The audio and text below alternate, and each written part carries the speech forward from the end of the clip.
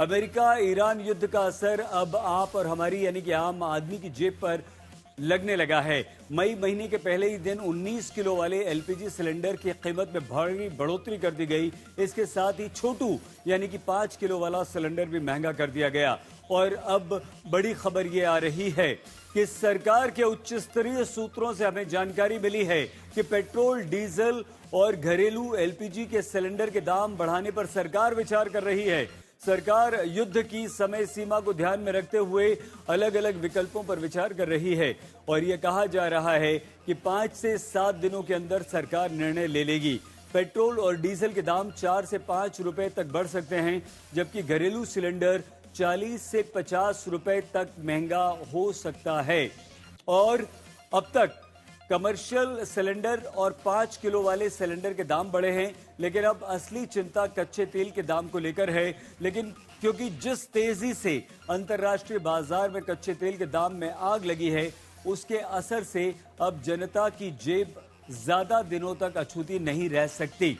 आइए हम आपको सीधे हमारे संवाददाता चेतन भूटानी के पास लिए चलते हैं। चेतन, क्या कारण है कि अब सरकार के उच्च स्तरीय सूत्रों से यह खबर आपको मिली है कि दाम बढ़ सकते हैं?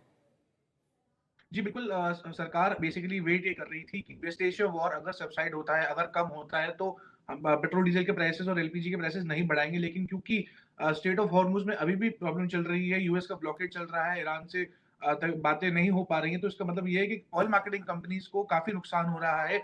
लगभग 120-130 डॉलर के बीच में कच्चा तेल अभी रेट चल रहा है, तो ऑयल मार्केटिंग कंपनीज के लिए काफी मुश्किल हो रहा है उसको सस्टेन करना, क्योंकि $80 के ऊपर कोई भी रेट होगा वो उनके लिए प्रॉफिटेबल नहीं है।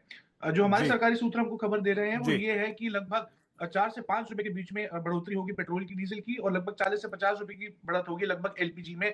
आने वाले 5 से 7 दिनों में सरकार इस पे डिसीजन ले सकती है।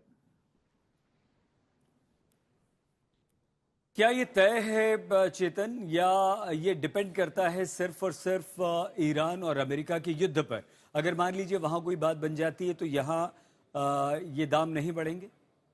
जी, फिलहाल के लिए तो सरकार सूत्र हमको यही कह रहे हैं कि अगर थोड़ा-सा भी कुछ रिलीफ होता है, वॉर थोड़ा कम हो जाता है, खुल जाता है स्ट्रेट ऑफ हॉर्मुज़, तभी भी सिचुएशन थोड़ी कम कटौती हो सकती है कि कम बढ़े, लेकिन बढ़ना लगभग तय है, क्योंकि पिछले 4 साल से प्राइसेस फ्रोज़न थे और नहीं बढ़ाए गए थे, ठीक है। और ये जो हाइक थी काफ़ी टाइम से पेंडिंग थी सरकार की ऑयल चेतन, मार्केटिंग कंपनीज़ की तरफ। बहुत धन्यवाद चेतन आपका। चेतन भूटानी हमारे संवाददाता जानकारी दे रहे थे।